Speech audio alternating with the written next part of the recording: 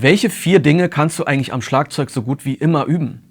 Groove, Timing, Technik und Übergänge. Ich gebe dir heute eine kleine Übung, mit der du eigentlich all diese 4 Punkte wunderbar abdecken kannst. Und unabhängig davon, auf welchem Level du dich aktuell am Schlagzeug befindest, kannst du diese Übung flexibel an dich anpassen. Da die Übung schon fast wie ein halber Song klingt, ist sie eigentlich genau das, was du mit dem Instrument auch erreichen möchtest, nämlich Musik machen. Also, lass uns loslegen.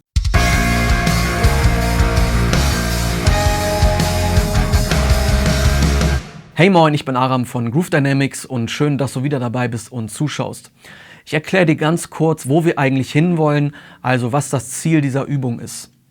Wir spielen auf der Hi-Hat einen Groove, 4 Takte lang und im 4. Takt dann ein Fill-In, wonach wir dann zum Right-Becken rüberwechseln und da wieder einen Groove spielen, der aber anders ist.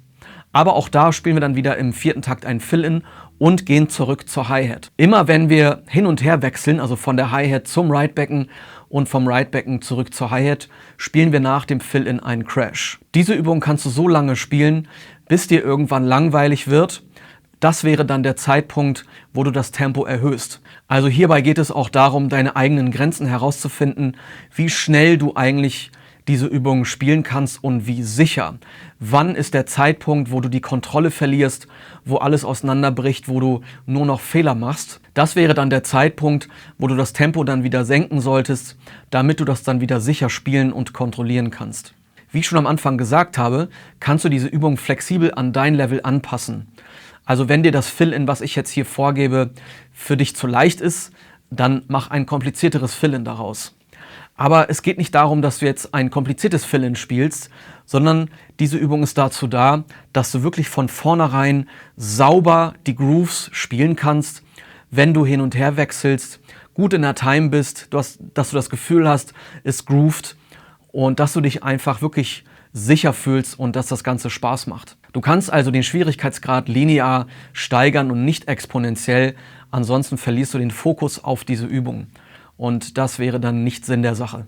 Bevor ich dir gleich die ersten Schritte für diese Übung erkläre, solltest du natürlich ab jetzt immer das Metronom anschalten. Für die Hi-Hat nehmen wir jetzt erstmal folgenden Groove. Der darf gerne ganz, ganz einfach sein, damit wir jetzt nicht großartig darüber nachdenken, wie der Groove jetzt geht. Und den spielst du jetzt erstmal so lange, bis du dich sicher fühlst und dann gehst du immer in 10 BPM Schritten nach oben. So lange, bis du deine Grenze erreichst und du einfach zu viele Fehler machst und alles auseinanderbricht. Dann gehst du mit dem Tempo wieder 10 oder 20 BPM nach unten, damit du den Groove dann wieder kontrollieren kannst. Hierbei geht es jetzt einfach nur darum, dass du mit dem Groove wirklich zu 100% vertraut bist und den Groove über einen längeren Zeitraum ohne Fehler sicher spielen kannst. Es nützt nichts, wenn du jetzt diesen Groove 2-3 Mal spielst und dann direkt zur letzten Übung springst und dann merkst, oh, ich muss mich auf so viele Dinge gleichzeitig konzentrieren und es fällt einfach alles zusammen. Das macht keinen Spaß und du hast auch keinen wirklichen Lerneffekt. Also mach dich erstmal mit den Grooves vertraut und spiel sie so lange, bis du wirklich das Gefühl hast, dass du dich sicher fühlst.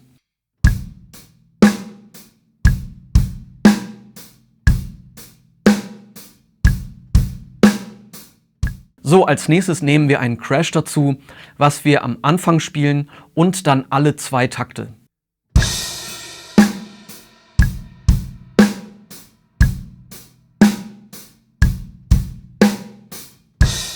Und jetzt nehmen wir das Fill-In dazu, was wir dann auch in der letzten Übung genauso spielen werden.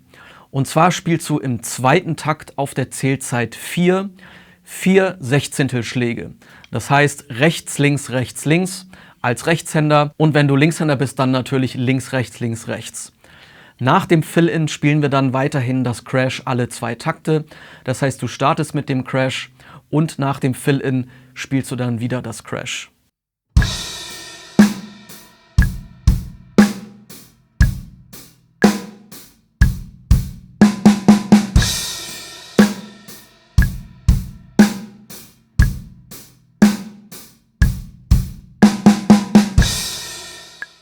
So, und als nächsten Schritt erweitern wir das jetzt auf 4 Takte. Das heißt, du spielst 3 Takte Groove und im 4. Takt das Fill-In. Das Crash spielst du jetzt nicht mehr alle 2 Takte, sondern wenn du die Übung beginnst, am Anfang auf der 1 natürlich und auch dann nach dem Fill-In, was dann wieder die nächste 1 darstellt.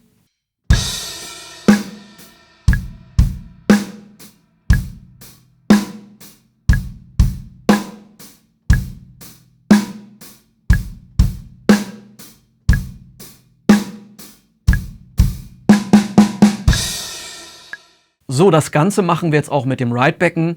Allerdings spielen wir jetzt auf dem Ride-Becken einen anderen Rhythmus als auf der Hi-Hat. Aber der Ablauf ist hier auch wieder derselbe.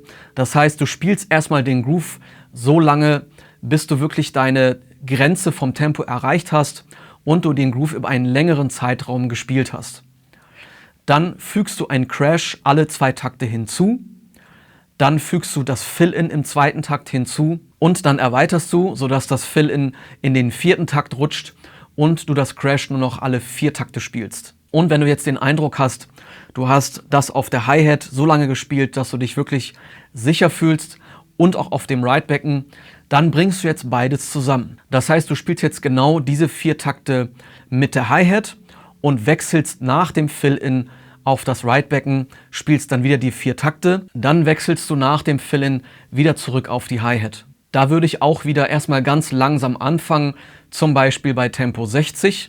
Und wenn du einen Durchgang zum Beispiel gemacht hast oder 2 Durchgänge, 3, 4 Durchgänge und du merkst, du machst eigentlich kaum Fehler, das heißt, du kannst in einem Rutsch diese Übung immer wieder durchspielen, dann ist jetzt der Zeitpunkt gekommen, wo du das Tempo Schritt für Schritt erhöhen kannst. Ich weiß, die Versuchung ist hier stark, direkt mit einem schnellen Tempo anzufangen. Du denkst, du kommst so schnell zu Erfolgserlebnissen und kannst sozusagen Abkürzungen nehmen. Aber genau das ist nämlich der Widerspruch. Wenn du direkt mit einem schnellen Tempo anfängst, dann ist das Risiko höher, dass du eben schnell scheiterst und Fehler machst und frustriert bist. Das heißt, wenn du langsam anfängst, kommst du viel schneller zu Erfolgserlebnissen, weil du merkst, dass ein Durchgang, 2 Durchgänge, 3 Durchgänge wunderbar funktionieren, weil du es eben schon vorher in einem langsamen Tempo geübt hast. Also ich würde erstmal mit einem langsamen Tempo starten und wenn du merkst, hey, ein Durchgang, 2 Durchgänge, 3 Durchgänge laufen wunderbar ohne Fehler, dann kannst du sofort das Tempo erhöhen. Und das ist doch schon ein geniales Erfolgserlebnis, wenn du das dann wunderbar spielen kannst.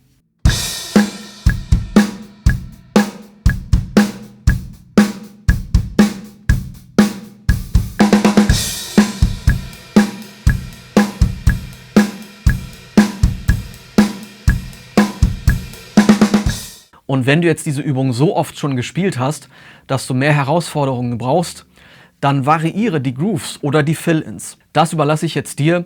Du kannst da wirklich machen, was du möchtest. Aber verliere hierbei nicht den Fokus. Es geht wirklich darum, dass du die Grooves wunderbar spielen kannst, dass du in der Time spielst, dass du wirklich gut auf dem Klick bist und die Übergänge sauber hinbekommst. Jetzt wünsche ich dir viel Spaß beim Üben und Trainieren. Das war's von mir. Wir sehen uns im nächsten Video. Bis dann. Ciao, ciao.